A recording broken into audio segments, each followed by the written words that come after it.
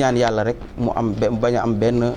contrainte financière, contrainte administrative ba nga xam ni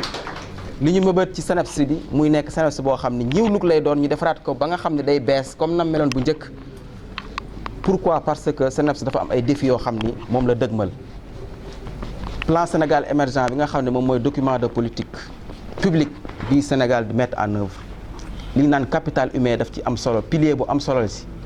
te pilier boobu SNEIPS dafa am partition bu importante bu mu ci remplir mooy yokku xam-xam ak xarañte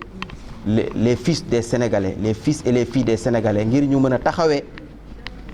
les défis du développement ngir réew mi ñu jëmmal ko taxawal ko. Donc SNEIPS ci domaine éducation populaire mooy ñiy liggéeyee ci ministère de la jeunesse ak ci domaine sport ñiy liggéeyee ministère des sports ak ci domaine éducation physique ñiy liggéeyee ministère de l'éducation nationale ak ministère de l'enseignement professionnel ci wàllu EPS. loolu mission boobu à titre principal SNEIPS la war mu former leen seeni cadre kon muy mission muy vocation première bu SNEIPS boo xam ni dafa laaj mu am ay jumtukaay yu am solo yoo xam ni ñoom ñooy accueillir formation boobu. Donc non seulement SNEIPS incha allah danañ ko réhabiliter waaye tamit SNEIPS tamit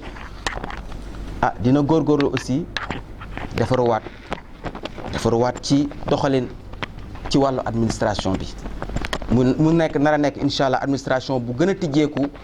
ci partenaires yi ndax état bi dafa taxawal lu ñu naan partenariat public privé. dafa am solo administration léegi nekkul loo xam ne dafay communiquer dafay tëju ci boppam waaye dafay tijjeeku ci public ci privé bi ndax am na loo xam ni ressources yi état bi dafay jël décision am fu mu ko jagle ndax ressources dafa am fu mu yem waaye privé bi am na ay initiative yoo xam ni administration bi da ciy tijjeeku ngir lépp ñu defandoo ko gën a jagal suñ bërëbu liggéeykaay yi. Donc ma ci annoncé comme deuxième annonce dina tijjeeku ci partenariat public privé bëri na ay structures yu nekk SNEIPS ay site académie ak yu demee noonu waaye danañ ci gën a tijjeeku ngir taxawal mission yi nga xam ne moom moo yaatu ci SNEIPS muy mission bu njëkk bi mission de formation initiale des cadres mais mission aussi d'accueil et de préparation des stages de niveau national et international muy mission bu am solo mu sport yëpp dañu war a ñëw fii ba réhabilitation bi ñu ngi ciy séentu man de sama rêve avec le personnel mooy ñu am le meilleur gazon au Sénégal ba ñoom Sadio Mané ak ñoom Koulibaly ak Aliou Cissé ñëwaat fii di fi mën a def ay entraînement ñu gën a gazon yeneen centre yi nga xam ne ñoo nekk privé. Donc c'est un rêve war na mën a nekk possible. SNEIPS moom mooy këru sportif yi fii mooy këru sportif yi en réalité Sénégal ba mu daj këru sportif yëpp fi mooy SNEIPS. Ce qui fait que yi nga xam ne manqué woon na ko ci projet bi incha allah danañ ko fi def lu mel ne que piscine am nañ yéene def fi piscine olympique boo xam ni natation bi fi manqué woon danañ ko mën a def incha allah. Donc ci kàddu yooyu daal maa ngi sant di gërëm képp nga xam ni déplacé wu na te xam ni di jéggalu nag madame Sène parce que force barrage bi moom mooy principale victime mais man tamit ci victime yi laa bokk parce que nekkul loo xam ne si dañu préparer dañuy def réception après la passation administrative. L'orthodoxie voudrait que la passation s'effectue dans des conditions de sobriété. C'est ça l'administration. Mais comme li ñuy wax lu mënta ñàkk faaw mu am xëy na lii saafonte bi ñuy def nii xëy na mënta ñàkk xëy na aussi lu positif la tamit di ko ci jéggalu di jéggalu aussi ñëpp ci déplacement bi parce que métti na taxawaay bi métti na tey la àjjuma heure bi dafa xat donc ci kàddu yooyu laay tënkee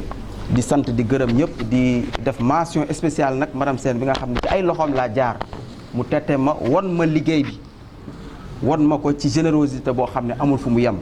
donc mention spéciale à madame Sène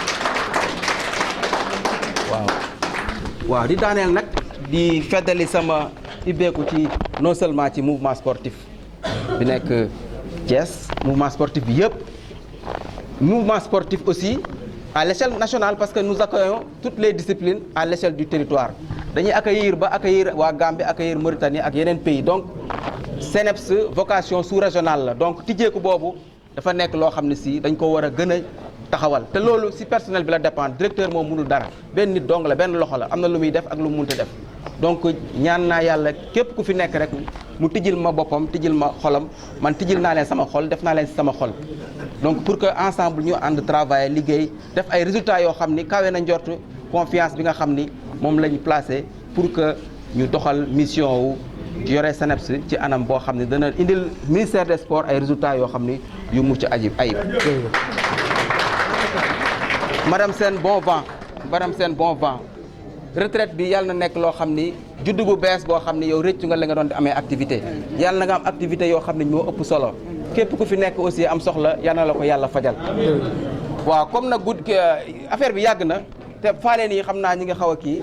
je pense que nañ wax affaire cadeau yu mujj yi madame monsieur Ba joxe cadeau yu mujj yi ensuite ñu def pot bi tàggatoo si jàmm wasalaam. merci. Les GIE qui travaillent avec le SNEIPS dans le cadre de partenariat, les enseignants du SNEIPS, le personnel administratif et de service, chers parents, chers invités, c'est avec un réel plaisir que nous tenons cette assemblée qui est tout de même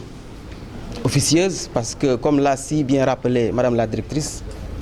dans le cadre de nos missions administratives, il n'est pas de bon aloi de tenir des séances ouvertes au public, surtout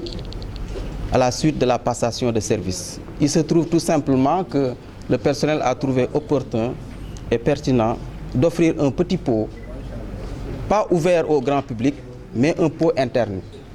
Et il se trouve tout simplement que ce qu'on appelle le forcé barrage a eu lieu, parce que les parents n'étaient pas invités, mais ce sont eux-mêmes qui ont pris l'initiative de se déplacer par devoir de mémoire, par devoir de parenté. Donc nous vous remercions vivement. Je vais entamer mon propos par remercier Monsieur le Président de la République du Sénégal, Monsieur Macky Sall, qui a bien voulu me nommer par décret sur proposition de Monsieur le ministre des Sports, Monsieur Matar Ba, qui a bien voulu me porter à la tête de cette importante institution. C'est une mission lourde, mais si nous pensons au Tout-Puissant, le Créateur, qui dote ces créatures de la force, je me console largement. Madame Sène a bien demandé au personnel du SNEIPS de participer à la mission, comme le personnel l'a toujours fait. C'est un lot de consolation supplémentaire, c'est un lot de motivation parce que je suis issu du personnel. Donc c'est un des vôtres qui est promu. Donc sachons que nous ne serons pas dépaysés, nous tous. Moi, je ne serai pas dépaysé, mais vous-même, dans le style de management imprimé, personne ne sera dépaysé, d'autant plus que nous compterons travailler dans la continuité, puisque rien n'a changé. Rien n'a changé. Il n'y a que Madame Sène qui doit prévaloir ses droits à une pension de retraite, donc avec un repos bien mérité. Il se déplace pour céder la place à quelqu'un qui l'a formé. Madame Sène a su former un remplaçant. Ça n'arrive pas tout le temps. Depuis 4 ans, je suis à ses côtés. J'ai appris à travailler avec elle, mais à bien travailler de manière professionnelle et administrative. Donc, les dernières armes que j'ai obtenues sur ce plan, c'est avec elle. Autant dire que donc, nous allons donc travailler dans la continuité, que tout le monde se rassure. Après les remerciements, je m'en vais saisir cette occasion pour remercier mes parents. Je dirais mes parents au sens large. J'ai des parents ici. Que je n'avais pas invité, mais par devoir de parenté, comme je l'ai si bien indiqué, ils ont jugé nécessaire de se déplacer.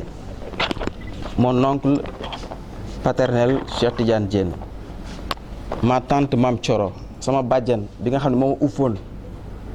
biñ may ngénte mi ngi fi muy Seynabou Cissé ak ñeneen ñi nga xam ne gisaguma leen am na ñoo xam ni dama leen di seen rek nii sama xarit samay wóllëre aussi am na médecin boo xam ni moom médecin chef la waaye waxoon naa ko bul ñëw ndax da ngay ay rendez-vous yoo xam ni doo leen gis la mu ni dina ñëw mu forcer barrage ñëw sama xarit yeeg sama wóllëre dama cité exemple rek bëri na du ma fàtte sama club bi ma bokk muy Lansino club ñooñu tamit wuy si nañ ma te du loo xam ne si invitation officielle la ndax cérémonie bi cérémonie administrative rek la donc moo tax je tiens ma wax lii ci wolof pour ñu xam ni am naa ñu ma fekk si ñoo xam ni sax du invitation officielle mais ñoom ñoo ko def par devoir. maa ngi aussi tàllal loxo le personnel à commencer par les enseignants parce que la vocation du SNEIPS c'est l'enseignement que qu'ils soient retraités ou pas c'est des enseignants. maa ngi tàllal loxo aussi le personnel administratif et de service maa ngi tàllal loxo surtout le personnel subalterne ñi nga xam ni SNEIPS bu jegee ñoom lañ ko yoreel ñun liggéey ensemble ci continuité waaye indi nag touche boo xam ni lu positif lay doon lépp lu négatif nañ ko dindi teg fële lu positif ku nekk bu indee lu positif am mën nañ tabax SNEIPS boo xam ni day am beneen visage.